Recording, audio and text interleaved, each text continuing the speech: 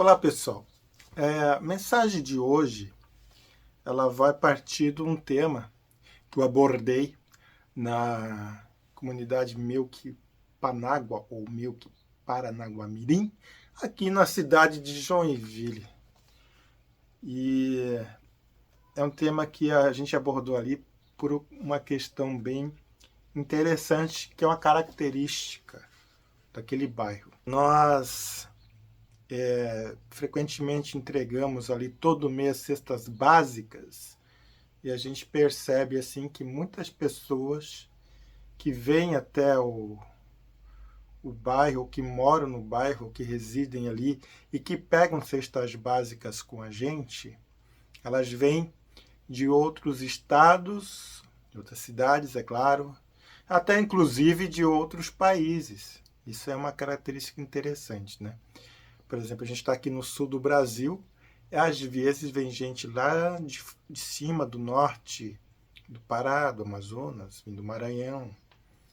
E nessa passagem pelo Brasil acabam chegando até nossa cidade, ou na cidade vizinha, que é Araquari, e acabam então precisando de ajuda para receber alimento, roupa, essas coisas assim, até conseguirem um emprego.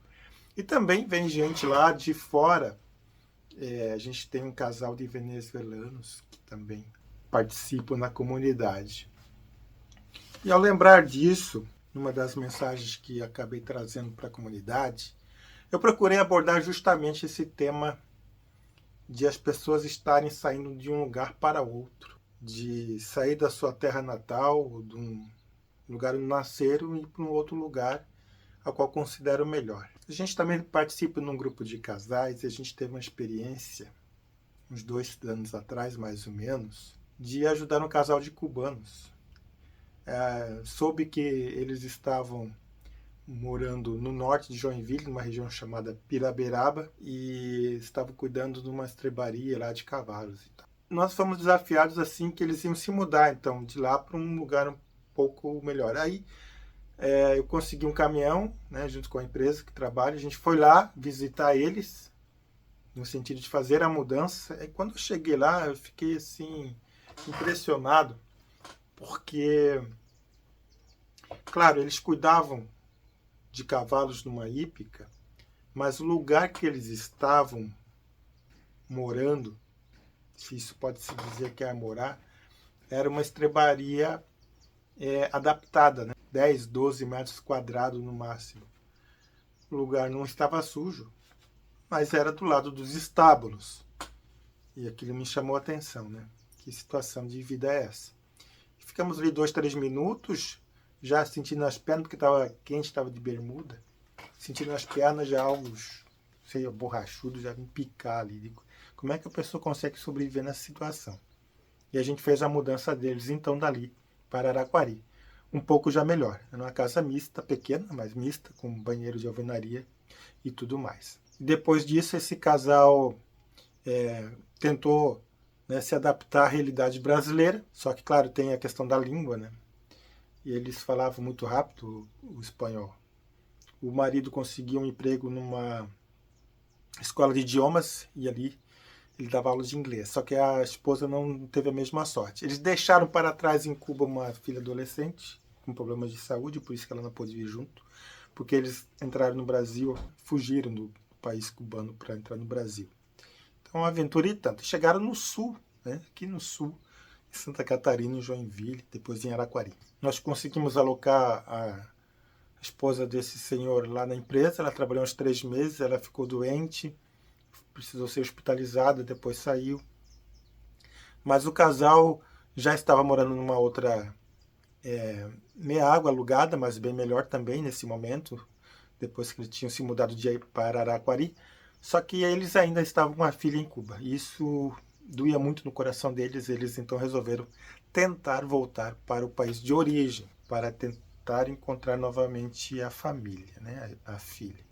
Última vez que a gente soube deles, estavam na Bolívia. Bolívia não, desculpa, no Peru, tentando conseguir recursos para chegar até Cuba. Então é uma situação bastante difícil, complexa, que às vezes a gente não tem noção, né, de que é você sair de um lugar no qual você já morava. No caso dos cubanos e venezuelanos não era muito bom, por isso que eles estavam saindo para tentar a sorte melhor no Brasil. Mas tem muitas histórias parecidas com estas, né? Pessoas que saem de outros estados, mesmo no Brasil, e tentam uma condição de vida melhor em outros. Porque o Brasil é um país continental enorme, né? Gigante. E essa é uma característica, então, que a gente encontra ali no bairro Paranaguá-Mirim, muita gente que vem de fora. A comunidade do Panágua, a gente entende que parece ser uma comunidade de passagem, né? Que as pessoas passam por ali e depois tentam a sorte em outros lugares. Nosso desafio enquanto comunidade e igreja é tentar fazer com que a igreja cresça e possa ajudar, ter uma base de ajuda bastante relevante para dar suporte e auxílio a essas pessoas. Esse é o nosso desafio como comunidade da Milk ali no Panágua. Mas o texto daí que eu trabalhei com eles traz alusão também a uma passagem bíblica de um personagem bastante conhecido. E eu abordei o tema do ponto de vista assim, de ser peregrino, de uma pessoa sair do estado no qual ela se encontrava e ir para um outro caminho, por um caminho até chegar numa outra região, no outro local. O peregrino é aquele que sai de um lugar para outro. A gente tem a visão do peregrino, às vezes, de uma visão religiosa, a peregrinação à Terra Santa, a peregrinação a esses lugares assim, ao Peru, a pessoa vai peregrinando no sentido de pagar alguma promessa, algo do tipo. Não, mas na visão bíblica original, o peregrino era aquele que estava de passagem, era um viajante, alguém que não tinha uma residência fixa. E diante disso, o desafio era mostrar para eles que a semelhança dessas pessoas que estão de passagem, que estão caminhando até chegar a um lugar, é mostrar para eles que a Bíblia também mostra os peregrinos da época do Antigo Testamento, da época de Jesus. Gente que não tem um lugar fixo e que olha para frente, olha esperando um futuro melhor. Então eu comecei a trabalhar o assunto da seguinte maneira, trazendo o exemplo de Abraão. E para isso nós abordamos assim termos o que é ser um peregrino do ponto de vista da Bíblia. Né? E a gente então se baseou principalmente em alguns textos do livro de Hebreus que se encontra no Novo Testamento. O livro de Hebreus ele foi escrito ali por volta de 50, 60 depois de Cristo, diz alguns historiadores, e ele trabalha muito a questão dos elementos judaicos do templo, do Antigo Testamento, das leis, em contrapartida em relação a um paralelismo com o cristianismo, né? A nova fé, então, que estava se disseminando ali no mundo do Oriente Médio, na Palestina da atualidade, em Israel, Jerusalém e até no Império Romano como um todo.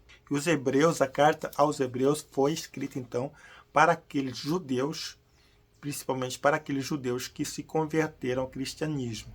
E eles estavam, com o passar do tempo, a colocar algumas questões da lei judaica como intermediário entre o homem e Deus, sendo que Jesus veio justamente para cumprir a lei e ele ser o único caminho para chegar a Deus. Então, o autor das cartas aos Hebreus, ele traz esses paralelos do Antigo Testamento com o Novo Testamento. Então, a parte que a gente vai ler hoje se refere a ser um peregrino, e ser um peregrino é viver com fé. Esse é o primeiro aspecto. A gente vai ver 3 aspectos do que é ser um peregrino. O primeiro deles é viver com fé. E para isso, vou ler a passagem de Hebreus capítulo 11, versículo 8 a 11, e do versículo 17 a 19, que diz assim: Pela fé, Abraão, quando chamado, obedeceu, a fim de ir para um lugar que devia receber por herança, e partiu sem saber aonde ia. Pela fé, ele peregrinou na terra da promessa, como em terra alheia, habitando em tendas com Isaque e Jacó, herdeiros com ele da mesma promessa. Porque aguardava a cidade que tem fundamentos, da qual Deus é o arquiteto e edificador. Pela fé também a própria Sara recebeu poder para ser mãe, não obstante o avançado de sua idade, pois teve por fiel aquele que lhe havia feito a promessa. Pela fé, Abraão, quando posto à prova, ofereceu Isaque, estava mesmo para sacrificar o seu unigênito, aquele que acolheu alegremente as promessas. a quem se tinha dito: em Isaque será chamada a tua descendência, porque considerou que Deus era poderoso até para ressuscitá-lo dentre os mortos, de onde também figuradamente o recobrou. Então, no Antigo Testamento, ali em Gênesis 11, 12, nós temos o relato de um homem chamado Abrão. Primeiro ele se chamava Abrão, com um A só, que significa pai exaltado. E Deus chama então Abraão para sair da terra dele e ir para uma terra que ele lhe mostraria. Deus disse a Abraão que faria dele surgir uma grande nação.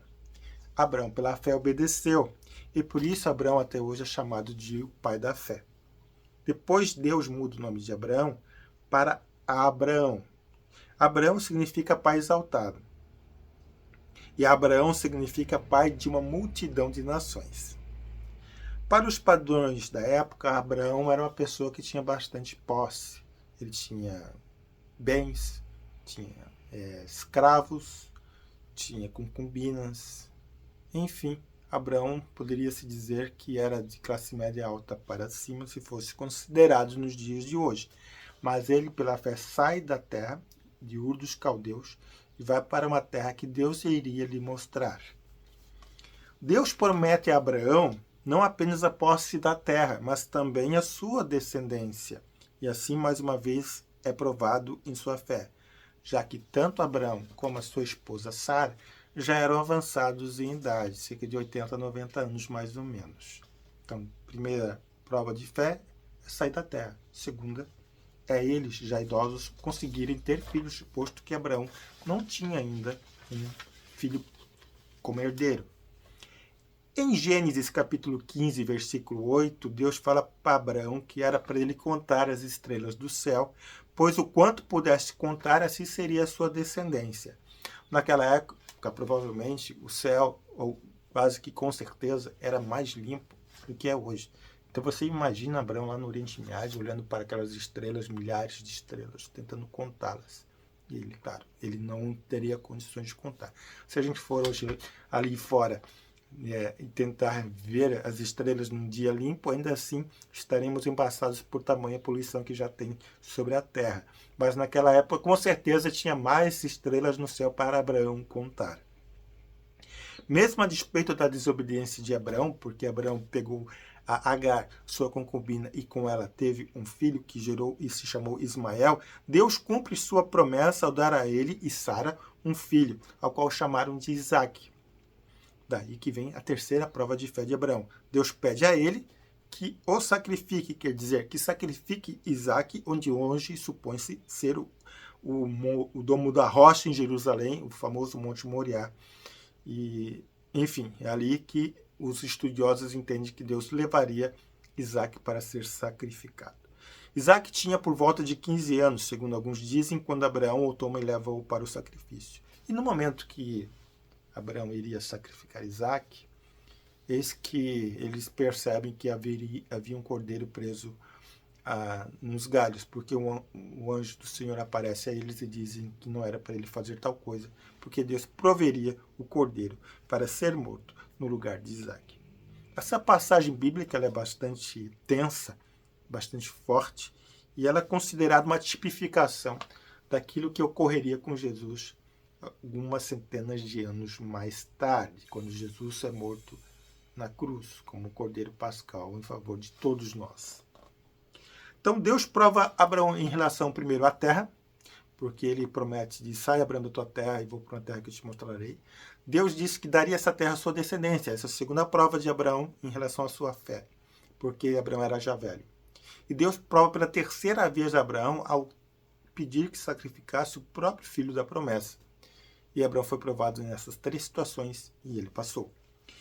E a pergunta que se faz é, sua vida tem sido colocada à prova por Deus? A minha vida, a tua vida. Que momentos a gente entende assim que estamos passando por um momento que Deus está provando a nossa fé se nós dizemos que somos cristãos? Quantas vezes você se deve ter questionado por que tem passado por alguma situação difícil? Quem de nós nunca parou para pensar assim? Que nós estamos passando por alguma situação na nossa vida pessoal, nos nossos relacionamentos. às vezes a perca de um emprego. Às vezes a pessoa sai de um lugar para outro por conta de uma criminalidade, da violência ou da falta de oportunidades.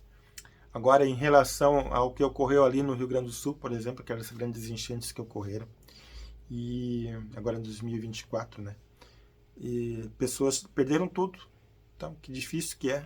Tem pessoas que estão vindo para os outros estados, para Santa Catarina, para tentar uma condição de vida melhor, reconstruir as suas vidas. Situações difíceis que provam a nossa fé. Temos reconhecido que essas situações são para nos fortalecer a fé? São perguntas que a gente faz para nós pensarmos. Precisamos pedir a Deus, ao Senhor, que nos aumente a fé, para fazer com que a gente não murmure e permanecer firmes no seu caminho. E muito mais, precisamos pedir a Deus que desenvolva a nós, pelo seu Espírito Santo, uma fé atuante, e não apenas de palavras. A carta de Tiago é uma das mais polêmicas do Novo Testamento. Ela diz ali no capítulo 2, versículo 14 a 17, justamente porque Tiago vai ao cerne da fé, sem obras ser morta, enquanto que o restante das cartas de Paulo dá muita ênfase na fé e na graça. Mas Tiago também alerta que a fé sem obras ela é morta. Veja o que ele diz na sua carta no capítulo 2, versículos 14 a 17. Meus irmãos, qual é o proveito se alguém disser que tem fé, mas não tiver obras? Pode acaso semelhante fé salvá-lo? Se o irmão ou irmã estiverem carecidos de roupa e necessitados de alimento cotidiano, e qualquer dentre vós lhes disser: ide em paz, aquecei-vos e fartai-vos, sem contudo lhes dar o necessário para o corpo, qual é o proveito disso? Assim também a fé, se não tiver obras por si, só está morta. Então, para Tiago, uma fé verdadeira é aquela que se expressa também em obras de caridade, de amor ao próximo. Muitas coisas tentam e tentarão nos desviar do caminho de Deus. Os perigos que Abraão passou, talvez poderia ter se perdido no meio do deserto, poderia ter sido assaltado, enfim, poderia ter sido abandonado em qualquer momento. Mas ele manteve firme o seu chamado, seguiu o seu caminho, tinha um propósito firmado nas promessas de Deus, porque foi Deus quem prometeu.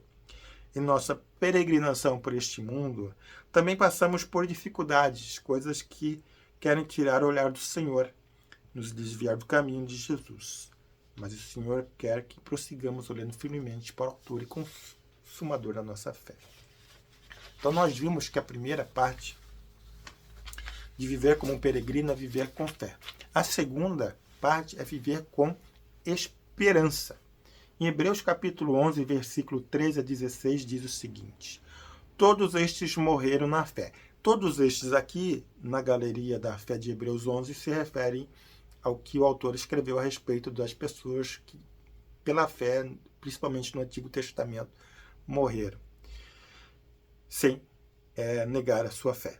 Sem ter obtido as promessas, vendo-as, porém, de longe, saudando-as e confessando que eram estrangeiros e peregrinos sobre a terra, porque os que falam desse modo manifestam estar procurando uma pátria. E se na verdade se lembrassem daquela de onde saíram, teriam oportunidade de voltar.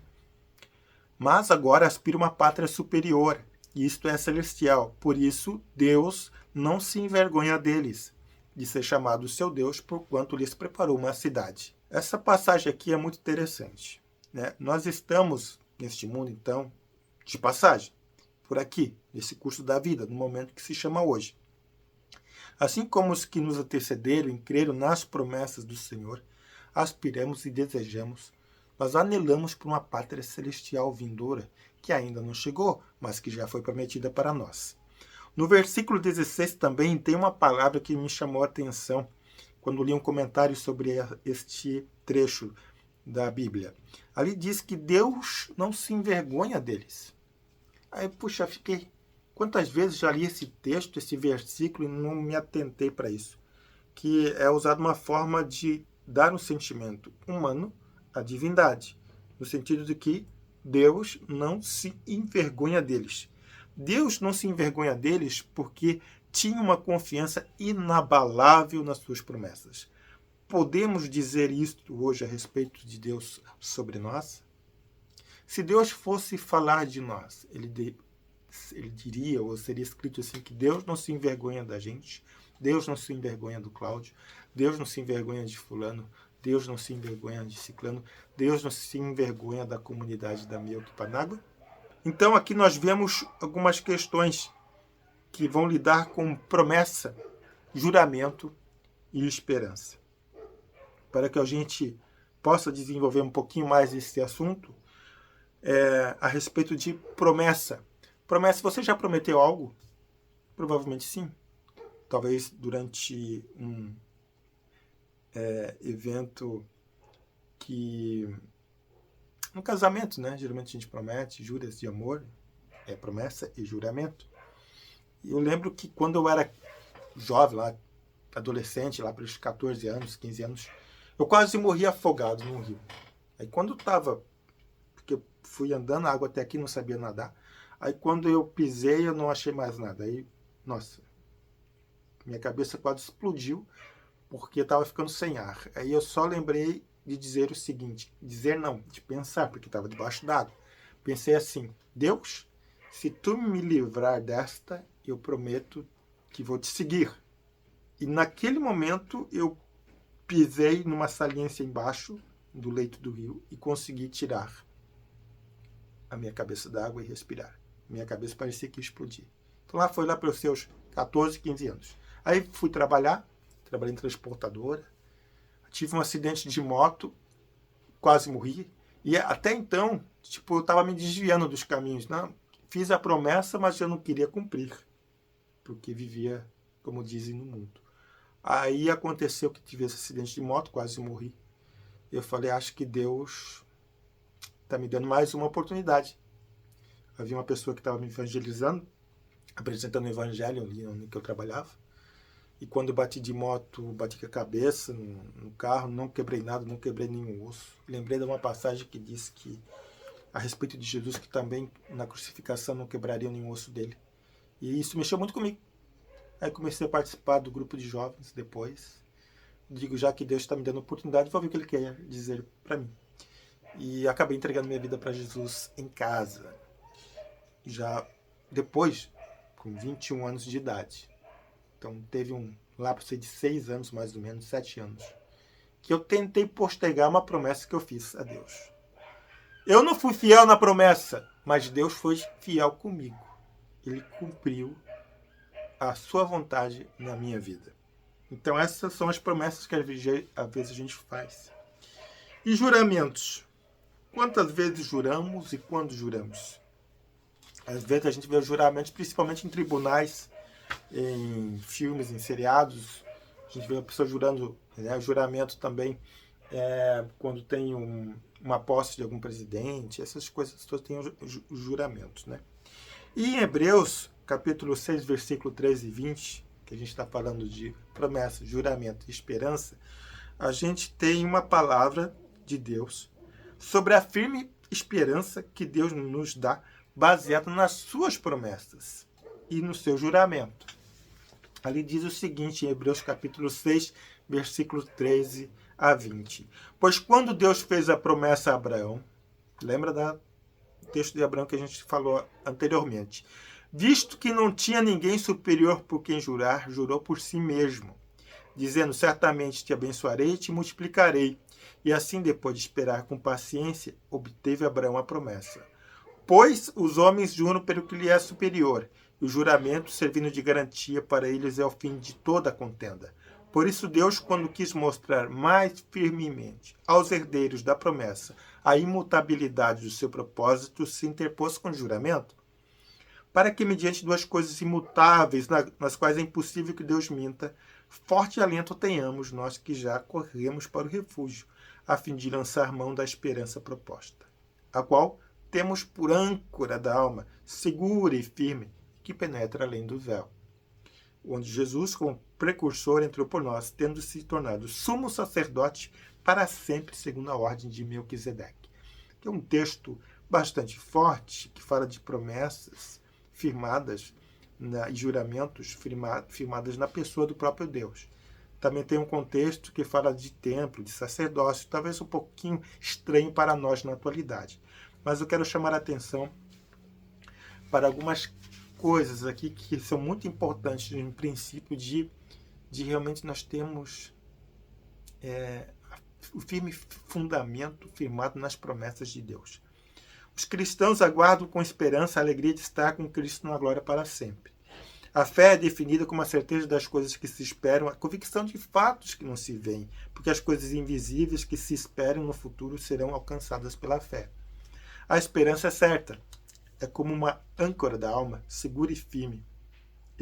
Por exemplo, quando o texto fala aqui, a fim de lançar mão da esperança proposta, a qual temos por âncora da alma, segura e firme e que penetra além do véu. Você já observou um navio quando ele está ancorado? Pode vir tempestade, pode subir maré, pode ter correnteza.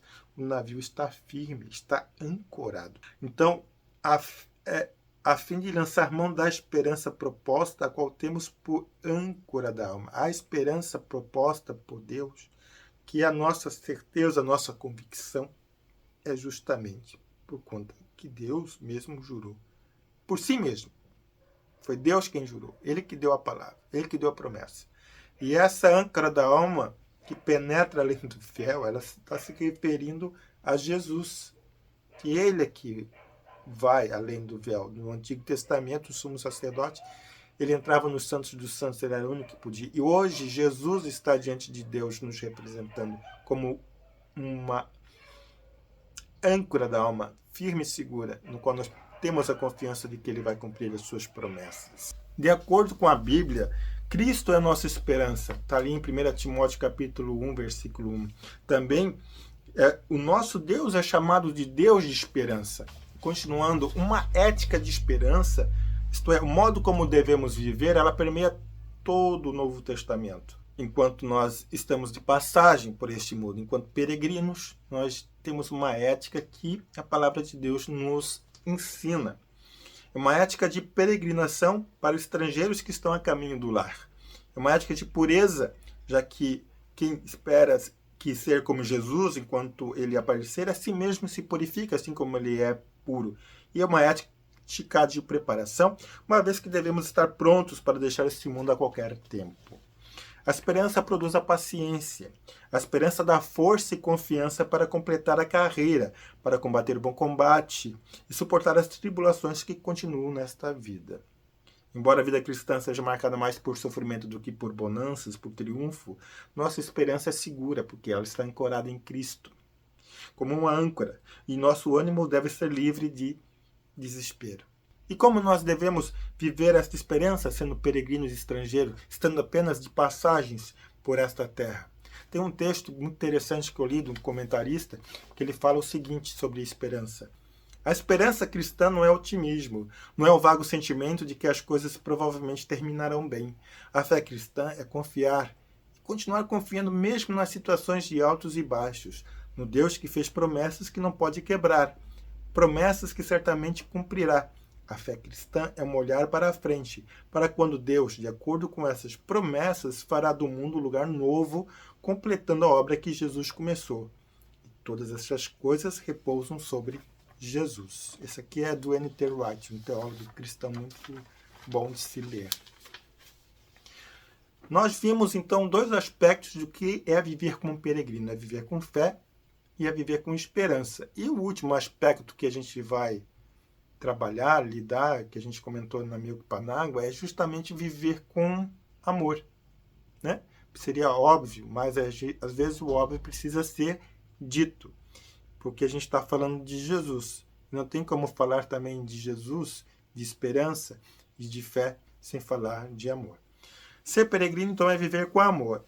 Em Romanos 12, versículos 9 e 21, nós temos uma passagem onde que Paulo, o apóstolo, deixa registrado algumas das virtudes que ele entende serem importantes para que nós, enquanto cristãos, vivamos bem nesta terra e com os outros. E diz assim: o amor seja sem hipocrisia.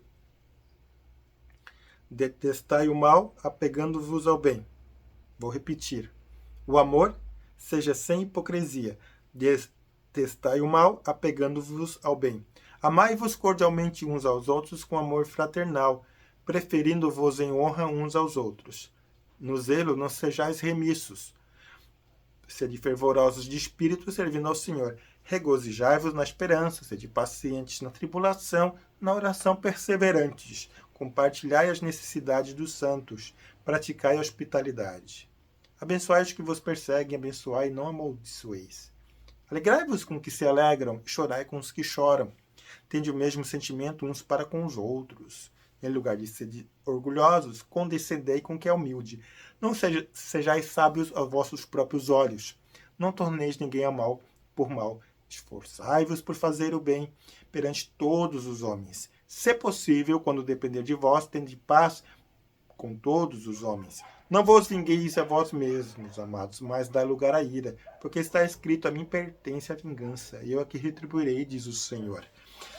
Pelo contrário, se o teu inimigo tiver fome, dá-lhe de comer, se tiver sede, dá-lhe de beber, porque fazendo assim amontoarás brasas vivas sobre a sua cabeça.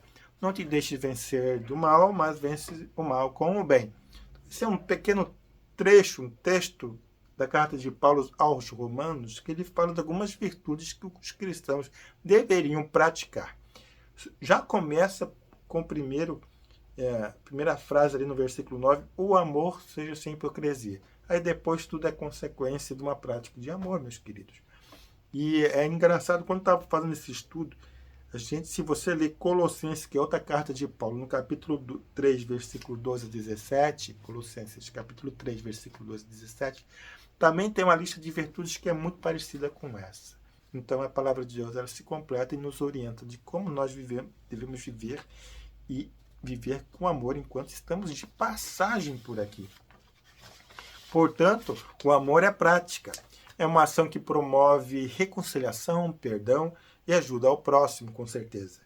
Em João 3,16, famosa passagem bíblica, diz assim, que Deus amou o mundo de tal maneira que deu o seu Filho unigênito, para que todo aquele que nele crê não pereça, mas tenha a vida eterna. E é engraçado que ali começa assim, porque Deus amou o mundo, né? O verbo amar, Deus amou. E porque Deus amou, né, o mundo, então há uma ação de Deus. Deus não ficou inerte por conta do que o homem fez, por conta do pecado. Deus, ele vem ao encontro do homem e reconcilia a humanidade consigo mesmo através de Cristo. Deus, então, faz um movimento de amor em direção a uma humanidade caída através de Cristo. E tem uma música, aliás, através de Cristo na sua morte e na sua ressurreição. E tem uma música, uma música evangélica que diz assim: ó quanto amor nos revelou a cruz, amor de Deus expresso em Jesus. Amor que traz a paz, amor que se doou. Não se prendeu ao céu, mas explodiu na cruz. O amor que muda o homem, o amor é Jesus. Então, o amor de Deus, ele não se prendeu no céu, mas ele explodiu na cruz. O amor é Jesus. Enquanto estamos nesse caminho, nessa passagem para essa vida como peregrinos, temos amado verdadeiramente? Como diz Paulo, nosso amor tem sido sem hipocrisia.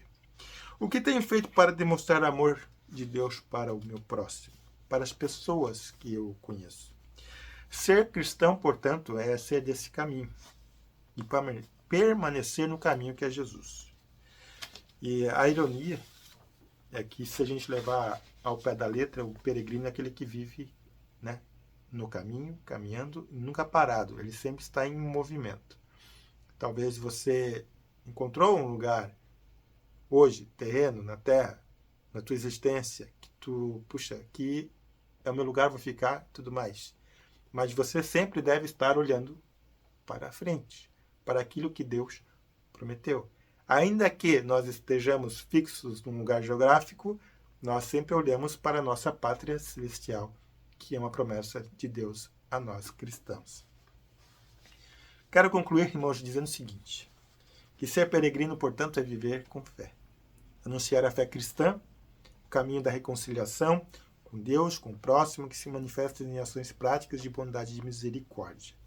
É viver com esperança, se orientar pelo reino do Filho do Homem, que coloca o esperante em oposição às desumanidades que ele vê. A esperança muda uma pessoa, porque lhe mostra novas possibilidades. Gostei muito dessa frase. A esperança muda uma pessoa, porque lhe mostra suas novas possibilidades, novas perspectivas, novos sonhos. E viver com amor, pois o amor de Deus nos constrange a viver para além de nós mesmos e dos nossos interesses. Como diz a primeira carta de João, se a gente diz que ama a Deus, mas odeia o nosso irmão, mentimos, pois se a gente não ama quem vê, como a gente pode amar a Deus a quem não vê? Assim, se tu afirma que ama a Deus, então também ame o seu irmão, o seu próximo. Finalizando, ser peregrino, portanto, nos desafia a viver a cada dia a nossa fé, tendo a esperança na vida eterna, mas vivendo todos os dias o amor de Deus derramado pelo Espírito Santo em nossos corações, até que o Senhor venha. Era isso. Deus abençoe e esperamos novos céus e nova terra. Amém.